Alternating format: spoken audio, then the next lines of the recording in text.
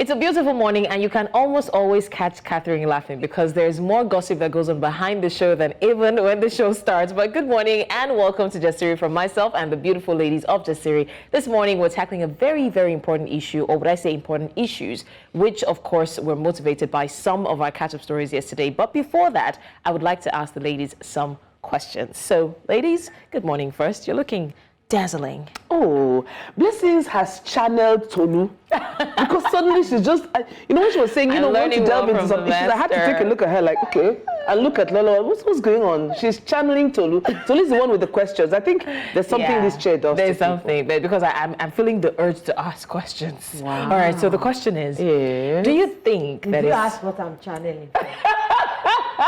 Josepa question. We. Who are you channeling? You have two options. I'm quite humble in the middle. So I think that's me. That's more of me, not Lolo. Honestly, everybody needed to say what Catherine asked me to. Lolo, are you actually going to say it?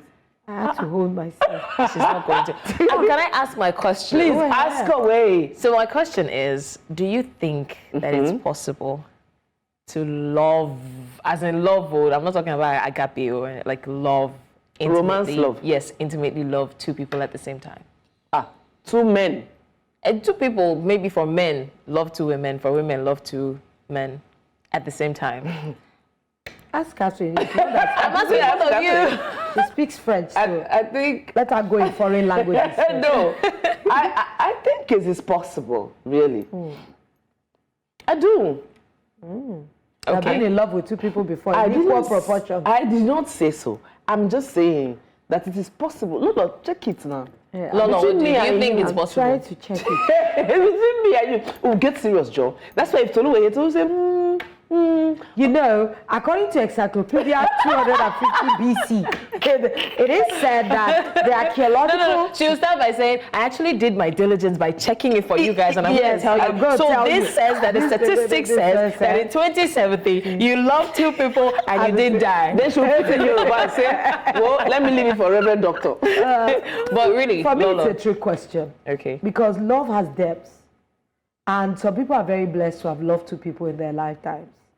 At the same time. Maybe that's what I've heard men tell me it is a possibility. But I doubt if it's a possibility for women. I can hardly share my friends, not to talk of lover. So I don't know how I can share the same intimate experience with another. You can share a body experience, but a heart experience is what I don't really understand. Well, I think the heart knows what it wants, and I think that sometimes the heart is unruly. You can see you love someone, but you can see somebody else that just something inexplicable about the person. It might not be love. And no. It could actually be love. No, the question is love. Two people. The question is love, and my answer is a flat-out no. Because I do not believe, you see this cliche thing, I buy into it 100%. If you claim to love two people, then go for the second. Because you honestly did not love the first person in the first place. Maybe I will toe your line. Because I just think it's a tricky concept. I think there are depths to love. And most of the things that we tout as love is really not hard love. You know, sometimes people think passion. What can we define as hard love? What can we say? Because I feel you can love two people at the same time. I really do. You know, then if you think that way, that means Western in your way. You can have a conference of love. You can have in the West. You can love a million people at the same time. Then. Yeah, no. But it's there. Yeah, so that's the thing. Like because if you say that you are in love with this person, because love, I always say that love is not just that butterfly feeling. It's also a choice. The decision to be faithful to one person, to stay committed to one person. So if you say that you love this person, and then you have the idea that you can love another person, and you find someone tomorrow that you fall in love with, then you have added it to the collection. And then you find another person that you fall in love with. So it's like at the end of the day, you are having, I think we have boxed this whole idea of love. I know. I think so. You may not necessarily Greek agree mythologist, but aphrodisiac. No, what's that goddess? No, please, of love? she's going somewhere. There's things called polyamory. and inclinations in that line. Okay. Some in our time, there have been women in our time, mothers who have married 2 men, who have had 2 husbands. Well, you know that in those days, they did not necessarily marry because of love.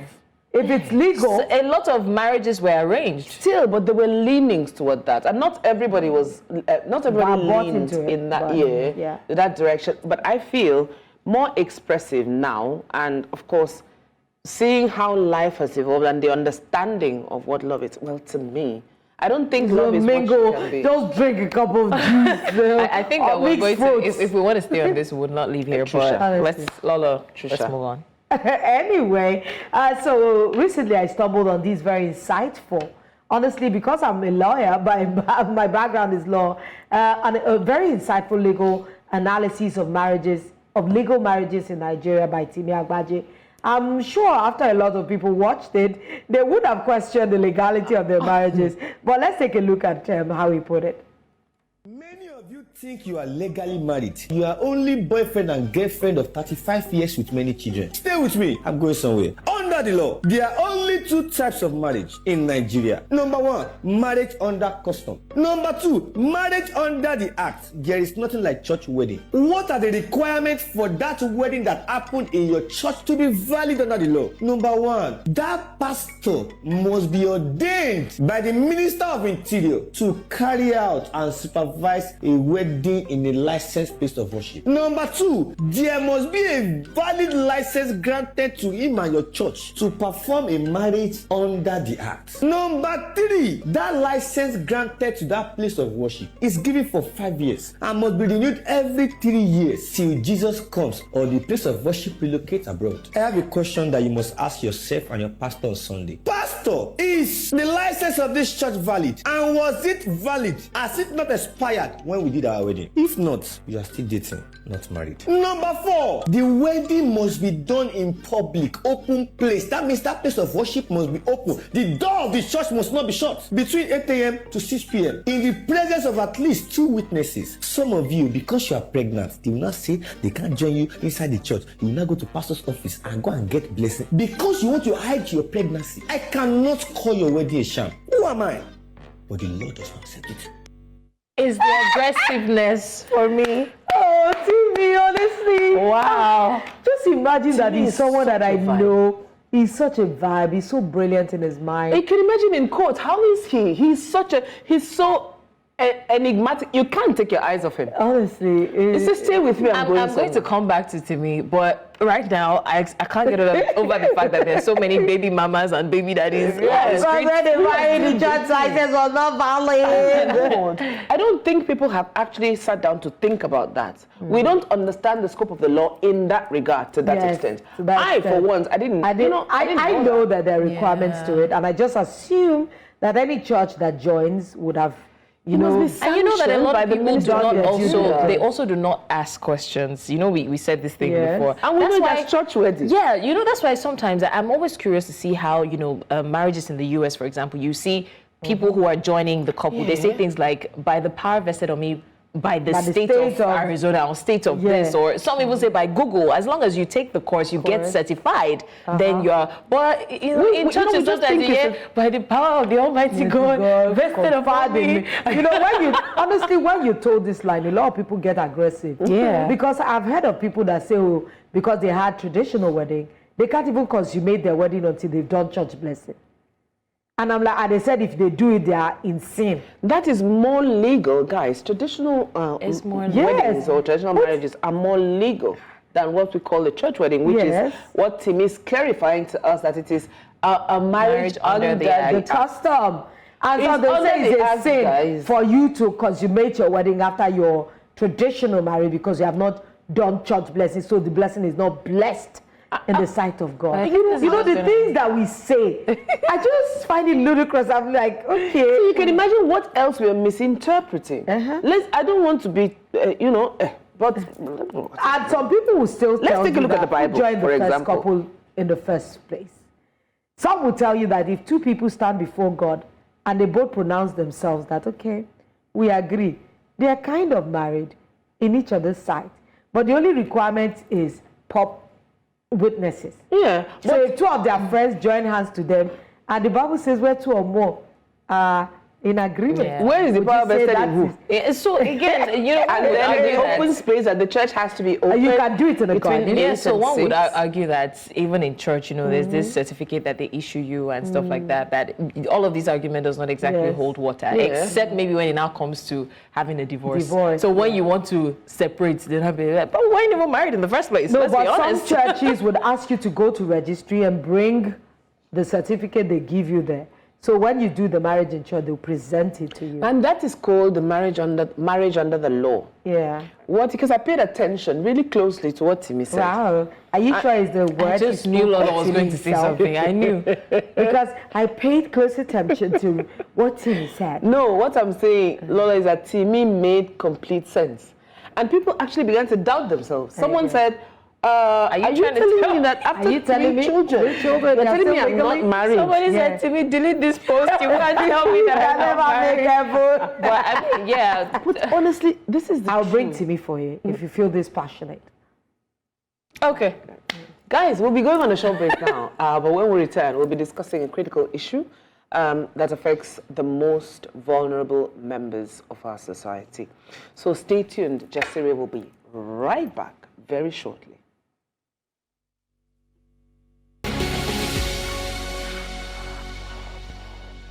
Welcome back. This is still Jasiri, and we're streaming live on our social media platforms. We are at News Central TV. Please do also use the hashtag Jasiri to be a part of the conversation and so that we know that you're watching. Now, I did say earlier that we will be looking at very critical issues today, and one of them is what we're about to discuss. So today we are shining light on child sexual exploitation. It's a very devastating crime that affects millions of children worldwide, and it's a violation of their innocence, their trust, and their human rights. In Nigeria, cases of child sexual exploitation continue to rise, with perpetrators often being family members, friends, or even community leaders. Now, the trauma and the pain caused by this exploitation can last a lifetime, making it essential to address this issue head on. Now, we'll be exploring this issue with our guest, and of course, I'm sure you know by now that I'm talking about the case of 4-year-old Sarah, whose pictures were posted unclad on social media. Our guest for today is the center manager at Mirabel Centre in Lagos, Joy Shokoya. Thank you so much for joining us. Thank you, an absolute pleasure to be here. Yes. It's great to have you join us. This is usually not our energy, but because of the story, Honestly, because of the story. very Once again, thanks for joining us. I mean, I'm sure by now you know the story, right? And you saw the follow-up, the fact that this person, this same guy, still came out to defend his actions. What are your thoughts on the development?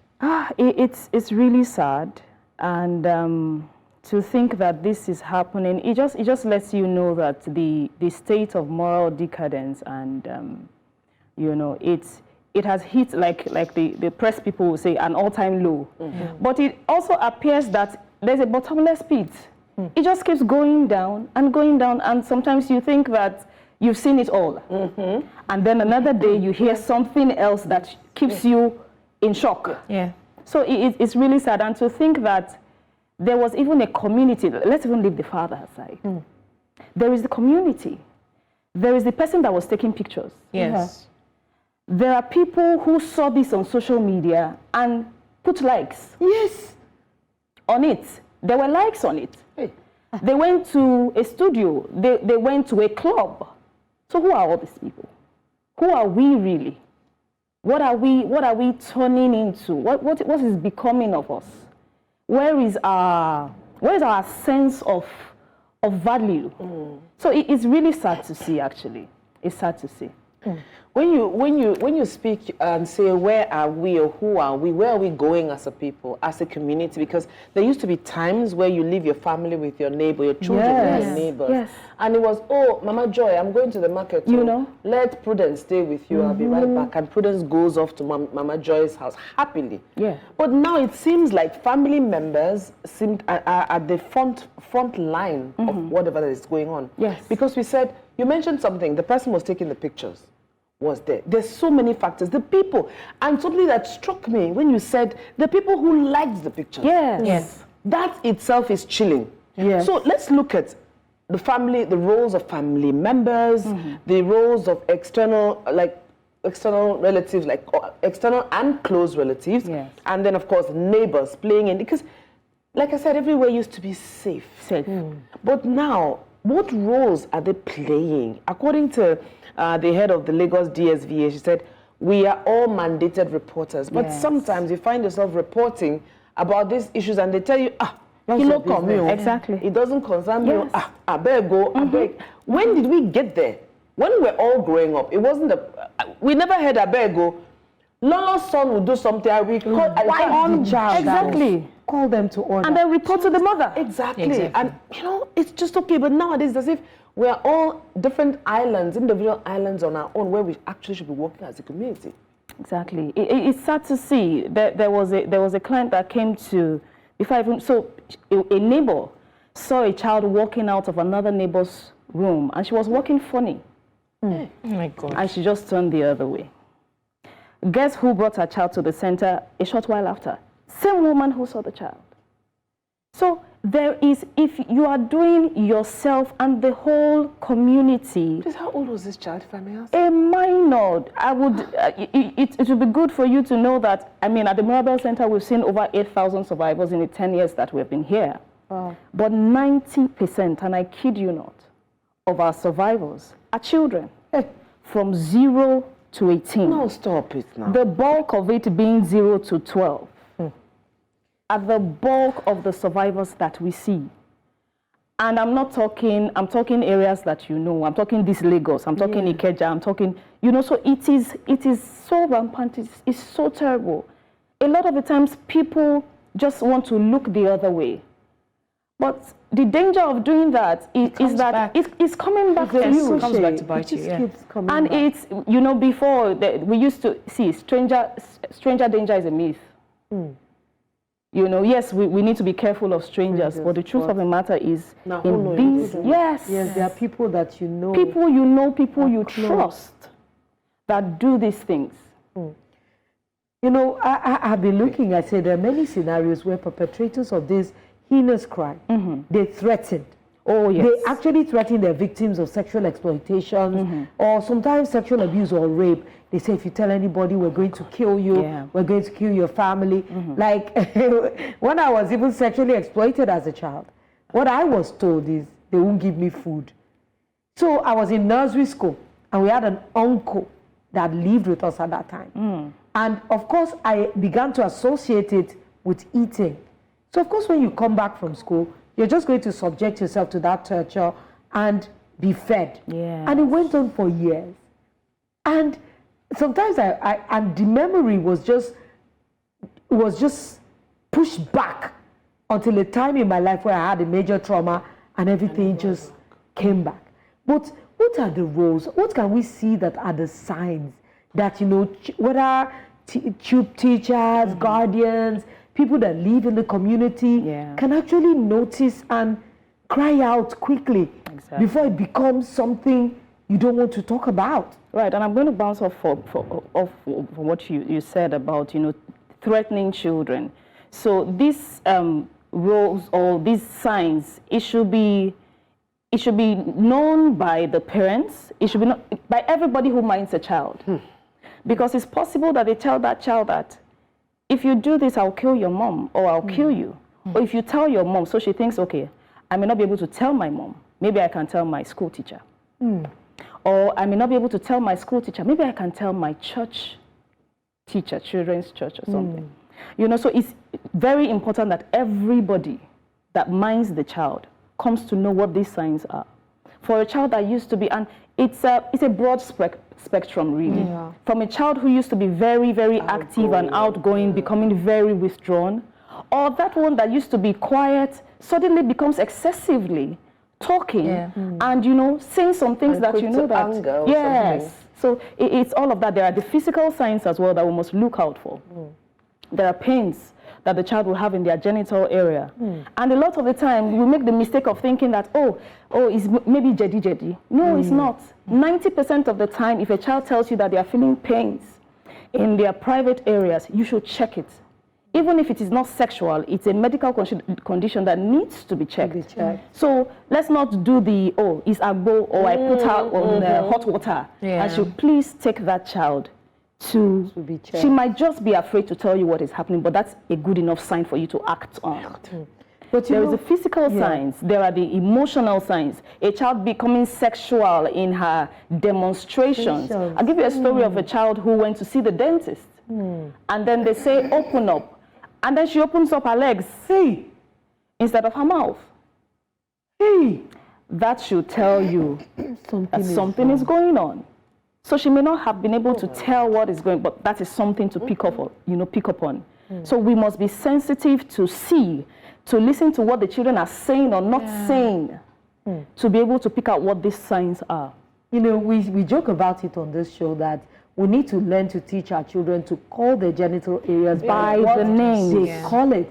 Because when you say, oh, somebody is touching my cookie, or someone is eating my cookie, you might not just understand. You know, there's so many sexual exploitation and violations that I have experienced over time. Many years ago, where my sister used to live, they used to have a neighbor. My sister would say that if she just doesn't like him, that children go to his room a lot. He buys them biscuits, he buys them sweets, he plays them cartoons. And she said one day one of the children would pee where she was and she could see something coming out. So she called the child and investigated. How come this child is having infection to this point? And she pointed it to the mother. In fact, they eventually found out that he had just exploited her. So the girl was just weeing his whatever back. Of course, they escalated the matter, and you know, at the end of the day, they took it to the KBAC of the area and all that. But do you know what? They gave the parents of the child, I wanted to say tax, house rent, because he's the landlord's son. So they just gave them maybe 3 months off their rent.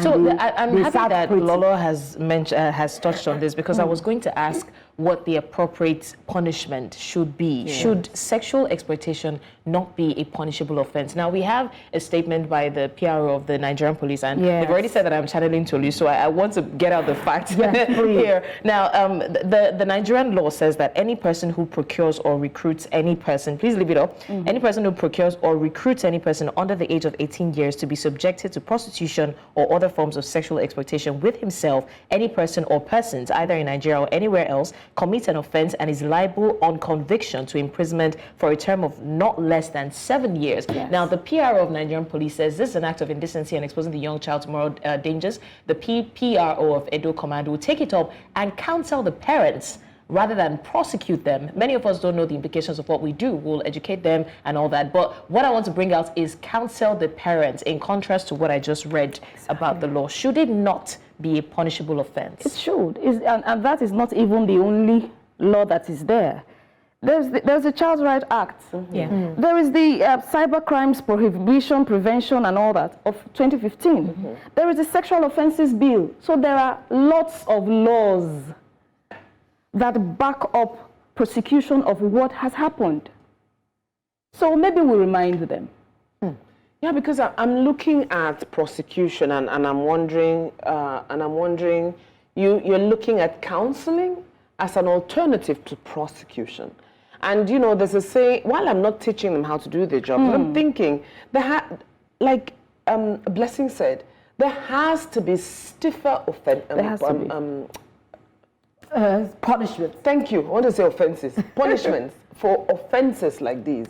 Because if you, let's take a look at what the story we took yesterday, the 4-year-old Sarah, and the father saying when he was accosted by people online, and the father said, no, don't, make una no vex like this now. We are just looking for our help. We're looking. How do you think that kind of person with such mental inclination is ripe for rehabilitation? And I think that maybe the government somehow thinks that the people are dumb. A lot of times, because I like to watch, you know, true crime a lot, and a lot of times you see people who do things like commit murders, like carnage, literally, and then they blame it on insanity. So what the government is indirectly trying to do now is saying that anybody who does this to a child probably doesn't know what they're doing. So and that's enabling people to keep doing that. Absolutely, it's justifying it. That's why a lot of times when people say that, don't you think that it is juju that means? I said, what does that mean? It is not juju. Spiritual. It is not mental. It's not that, because when you do that, you exonerate the perpetrator. Yeah. Look at this case that Lola just mentioned. You give them 3 months off of their rent, like free, and then they go. Yeah, and everybody they were told to mind their business is their child. A friend of mine, and there's so many cases like that are swept under the carpet. A friend of mine whose daughter was violated by the landlord's son also was saying, in fact, he took her virginity, and they came to beg. Is that beg? Don't be annoyed. We'll give because you, of God. Because of God. He did not know what he was doing. And there are a lot of cases like that. So if we don't have punishable consequences, it becomes a problem. Because like Blessing said, it will be something that will continue to be perpetrated and they will go scot-free. Now, having said that, let's focus back on our children. How do we create safe spaces that children can open up to parents or to their guardians and speak about their feelings and their experiences without being blamed or being judged? Because, our blood is hot in this Lagos, for example. We're always quick to say, you safe, you safe, you safe. So, and that's because there's already other forms of pressure on parents. But what can we do to encourage these children? Because this is very important. And I mean, fancy asking a young child, why didn't you say? And then she says that if I tell them, they would not believe me. And then you're wondering, okay, you haven't even told them in the first place. That goes to tell you that they have done, they've told you one or two things. And you didn't believe them. So it doesn't start with this act. It starts with the little things. How do you believe your children? How do you even listen? Because like you mentioned, sometimes we are stressed, and then the child is coming to say, oh, I want to, and you are like, you know what, I'm not, this is not the time. I beg, no, not now. The child wouldn't talk again. Or the child wants just a hug. I know a friend who would always ask her daughter, describe what happened at school to me. They won't ask you what happened, like describe to me. So you see the girl saying, one of my friends touched me like this, this person. So that situation is creating an open, safe space for the child. So even if the child can't say, or she says it touches my cookie and people don't understand, she literally can describe and gesticulate, and then you get the hint. And you know why that is important? Because sometimes the perpetrators, they groom the children. They will not start off abusing. They will start off by grooming them, drawing them close, letting the children know that they can trust them somewhat. And then they begin by, it's just a touch today. It's just a play today. Tomorrow it moves on to, touching. Comfortable. The child, what are you touching? Trusting. Sometimes they're wearing pampers. Recently I was just gisting, I don't know if I took Blessings on Monday. My daughter is in university. I don't want to mention the school because I haven't investigated. I do not know. But my son was the first to type to me that a girl was raped in their school. They said she was just outside with her boyfriend after curfew. Then the vigilantes in the school, maybe caught them. I don't know what they were doing, even if they were, at least it's consensual. And they said, they asked the boy to give them money. And the boy said he had no money in his account, that he had just 1.5, and he would give them what he had. And they would send him off on his way, thinking they were going to escort the girl to her room, and 2 of them raped her. Right now, I'm going to their school on Saturday because I have a TEDx speaking. She's not my child. So I don't even know how to mediate, because when it's not happening to you directly, so people think that you are overstepping. Is there anything like overstepping? No, there's none, because I mean there is something called bystander intervention, and then it's been said that if you see something, say something.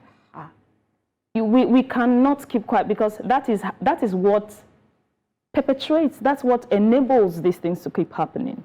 So we must say something. We must do something. At least let it be so that even with you and your conscience, you know that, okay, I did something. And then you can now rest easy, knowing that to the extent that I could, I did something. It may just start with you talking to that girl. I want to try. But even now that you said talking to that girl, maybe my final question is, how do we work towards healing? Some of these people, when this acts happen, people forget that it goes beyond the act. Yes. And the person It's not just left sex. healing of the body, healing of the mind, Right. and all other things that happen. So how does, like in this unimaginable sexual exploitation and rape and indecent touching. And then, not to interrupt you, love, and some children live with this trauma. Oh, yes. Someone like me, yes. in fact, it's something that even if my sister watches this video, she'll be upset because she couldn't just fathom that was happening To you, and she was there. But you know, I would say it as a child, but my mom would be like, a child doesn't speak like that. Where do you learn to speak like that? That's your uncle. How can you say something like that? They just think it's unimaginable for you to say that. And then there was something that Lola and I think Blessings was there. So when we shared about this story triggered, the 4-year-old Sarah story triggered a lot of reactions among the three of us. And I remember Lola and I, we talked about a certain school in Nigeria here where a girl was raped and she was sent abroad. Oh, yes. And we said, does that... Grade school. Exactly. Does that automatically make it all go away? Does it make it go away? It doesn't. So you see that most of their lives, or It doesn't. all through their lives, they're dealing with. Yeah. And I don't, you see, things like this always, they get, because I have 2 daughters, I'm thinking, the way I'm following them, you would think, shut up, come, let me bath you myself. Joy, I need to bathe you I myself. also want to quickly, Oh God. I also want to quickly ask this, because you said something about if you see something, say something, which is necessary, especially in our society. But a lot of people do not know how to go about saying something. Yeah. Let's take this case, for example, the case of Sarah. When people saw that, some people liked it, but some people didn't. They found it uncomfortable, right? But they went about it the wrong way because they started sharing on their stories and started saying things like, "Can you imagine?" But they're sharing it. So I think that my question is going to be, how do we go about educating people on the best way? You don't have to complicate the problem by trying to solve it. We don't think, immediately we're thinking emotionally. Yeah. We do. We go first emotional. All the mothers are just, Blessings, did you see this? I'm sharing it, let them see that. Voila. So we just keep sharing because we feel in sharing, without looking at the bigger picture. Yes. In sharing, we feel that, oh yeah, the more people see this, the more you're propagating it. You're propagating it. So starting from your question, it's important that we keep talking about it. Yeah, because this is the only way. But what some people, on the other hand, reported such a page. So that's one thing to do. You can report it. You can report it, and then if you know the right agencies to engage the right agencies. Like you know, people kept tagging us, you know, and other agencies concerning this, and of course we picked it up. We also reported to relevant agencies. So that's a good thing to do. Report the page. Report the page. Yes, report. You don't have to carry it and share, because that in itself is a crime too. Yeah, it's a crime. So it's important that you do that. And then I'll go back to your question, dealing with the trauma. It's very important that we don't think about rape as sex. It's not. No, It's not. It's not just sex. It's somebody carrying a weapon. But in this, forgive my language, the weapon right now is their penis. Yes. Or any other thing that they would use to abuse you. And sometimes the effect is long-lasting. Shortly, I'll just add this. I remember a mother of a 3-year-old child that was abused, and by the time she was talking, I left the child. It was her that I was counseling. Because 15 years back, this happened to her, and that will be the first time she was talking about it. So I had 2 clients on my hands. Wow. And we had to deal with that before we even came to the issue of her child. And imagine how such a woman would feel, because same thing that happened to her almost at the same age was happening to her child. So sometimes some people are resilient, and you know, it differs. Some people within a week or a month, but sometimes without the necessary support, this will last almost a lifetime. Yeah. So, sorry, I think it just took me back to growing up. We don't really have girls in the family. We have a lot of males in the family. So one of my uncles then, I think he just tried to be funny one time. But I think I've always been, you guys say there's always a look of mischief in my baby pictures. I think you just know instinctively. My mom and I went really close. So you just know instinctively something is not right, man. So he will bring me into his room and want to climb on me. The way I will dodge under. and run out of the room and stand outside. That was the first and the last time I would go into his room, because I just kind of knew that it's not right. Because you talked about resilience. And it took me back. I said, it's true. If you're resilient and you can challenge, but most times, not everybody. Like they say, not everybody, and they take you in gradually. Yes. They talk to you, they groom you, they get you to trust them, and then maybe because I was just... I think this is an unending conversation. Yes, it is. And we're just so grateful. Thank you so much, Joy, for shining light on this, sexual exploitation. It was indeed very insightful. And I don't think it's a conversation that ends here. It's something that we'll continually talk about. Right. And remember, if you're a victim of a survival of sexual exploitation or abuse, you're not alone. Please reach out for support. We'll go for a break now, but when we return, it'll be time for Hot Topics, but stay right there. Thank you so much, Joy, for coming. Thank you, my pleasure. Thank you so much. All right, guys, welcome back to Jasiri. This is the place for bold conversations, fearless conversations, and of course, conversations that get you emotional. Moving on, this is Hot Topic for today. Nigerian-American singer and dancer Cora Obidi has been criticized by her fans and her followers. Why? Cora created a GoFundMe account to raise $100,000 for legal fees to fight her ex-husband Justin Dean for custody of their 2 children. The account generated over $50,000 from over 950 donors worldwide. However, instead of using the money for legal fees, Cora announced her plans for a vacation in Hawaii. Many fans and followers have felt deceived. They've expressed anger at Cora for using the donations for her vacation. Now, my question is this. How do we know the money for her vacation is part of this money that was That's the same thing that Lolo asked earlier. No, but serious. So I'm going to say first, right, all of these things, again, it's about your, perception of what happened. And it's from the angle that it's happening. If it was a normal day, she woke up and decided to go to, no problem. But you have a legal battle, right? Custody of your children. You came out to ask for help. So that means that we want to believe that the reason that you're asking for help is because you have something, but it's not enough to fight this fight, so you need help. And so people started to donate out of their own very goodwill. And then you now decided, I had to go and watch the video to see if she's planning to, or she's actually on her way. And I saw that she was packing her bag to go there. So it's not a future thing, right? So back to your question, whether or not it is part of the money, it's a very sensitive time for you to up and go to Hawaii, because it means that you have the money. Okay, sensitive time I get, sensitive time to up and go. I understand. And the video, in all fairness, the video she put out there asking for assistance was very touching. And because Nigerians, we love Cora. Abi, we love Cora. Do you know how much I need?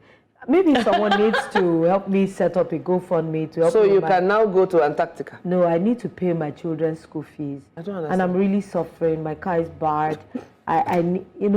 These days and age, maybe it's pride for me as a parent. Do you know how many times I've had need that I can actually, that is worthy of going outside to speak about and ask for public help? But you hold yourself out of dignity for yourself and maybe for your family. You come out and you say, okay, you need money for this kind of sensitive thing. Even if you were to go on a vacation, I would think that you can just do it in your private capacity. Maybe truly, legal battles can be draining. Yeah, maybe she wanted to go there before but because of the time and how you went about your legal battle, it might actually be, it's a bit hard to say that, legal battles can be mentally and physically draining. Yes. I know, especially when something as sensitive as fighting for the custody of children can be. Yeah, that's why you should hop on a plane and wear your lingerie and just spread on the beach and recover your... No, but let's be honest, guys. We are being honest. Cora, no, wait. We're being honest. She could have just done it under the radar. No. And not be so Cora public about it. didn't force people to contribute. So yeah, I was going to say that, because to be honest, right, I'm getting sick of this unnecessary GoFundMe, but I do not even have a problem with the people who ask for the money. Now, the GoFundMe culture has been very helpful, let's be honest, because Nigerians, we know, are very empathetic people. So you just come, oh, I have a headache, oh, where's your GoFundMe account? Let's send you something. Oh, I cook at 4 a.m. Oh, bring it over, let's send you something. It's understandable that we love to help people, but one thing that Nigerians also have is that sense of entitlement. When you give people money, you have given them. Do not expect, so they owe you not, let's be honest, right? It is unfair. I'll be very factual. It's unfair for you to do something else with the money that I give you.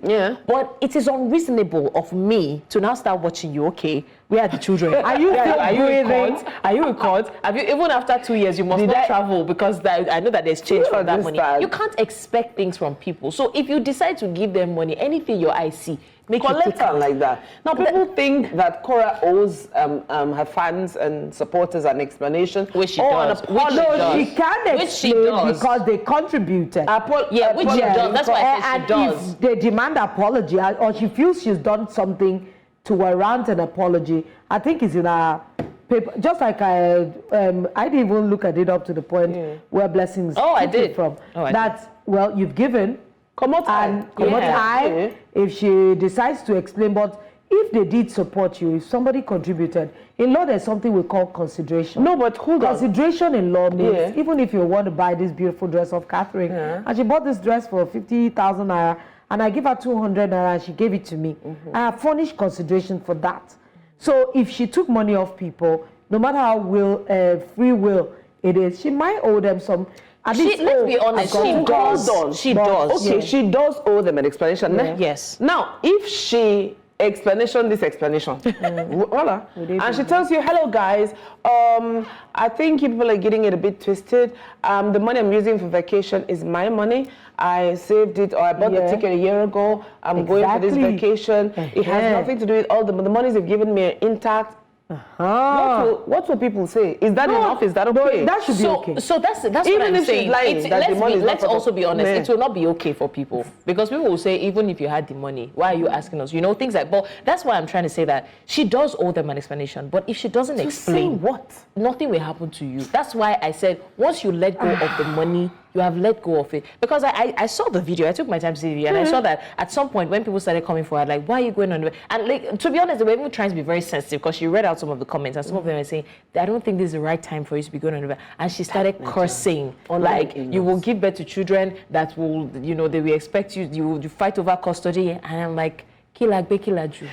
Because it's stress. She's under pressure. Lola said that day, legal battles are mad. Oh, you should stop. No, but serious. Stop this. We cannot win, but I'm telling you now. She's a lot of consideration. She dances. She wiggles a lot for your entertainment. Who? I can't dance. No, but you don't. Blessing, please don't traumatize us. You see, that's why people are, when these GoFund or crowdfunding initiatives come up, people are hesitant. They are reluctant. Nigerians are nice that they've not learned their lesson. Let's be honest, they're not hesitant. We're just kind people. But our eyes inside the money that we fund you with. And the ones where's this money going? People that we have not are the ones funding the apps. You just come out, someone just comes to fund me, I will pay my children's school fees, I will buy a new car. You know what? I will show you the receipt, how much is bought. Please do something to upgrade my life. Ladies, you know why I find this thing laughable? God forbid I have an accident with a Range Rover and I come out, my Range Rover is just broke down. They won't believe you. The people, Nigerians will send me money. The people that are going on Legady's Benz will send money for me to buy another car. It just confuses me. Special? Seriously? We are. No, we really are. Are you special, guys? We are. There are some matters that you just take it. Like when I even saw the story, I was just like, some people just come to this life to enjoy. Honestly, they live their life shamelessly. Yeah. My mother said some people without apology. They owe nobody. Yes. No apology. I met someone that said, "This is my support marriage. Yeah, because good girls, they say good wow. girls don't make heaven. They I mean, don't. you're not Okay. good girls don't make Before heaven. good girls will collect stray bullets. Dad. Before the good girls will collect stray bullets, this is where we can draw the curtain. So we'll close on today's episode of Jasiri. We'll continue this conversation in the Please, makeup when are we room. opening the A curtain big again? thank you. We'll open it in the makeup room. Okay. Thank you so much, Joy Shokoya, for sharing such insights on child sexual exploitation. And we really do hope that the government will do right by these children and, of course, the community as well. I hope you enjoyed today's show. If you want to see more of this, please join us tomorrow for another exciting episode. Until then, channeling tab, bye. channeling tab, I channeling refuse tab. to say tab because she said we look like something when we do that.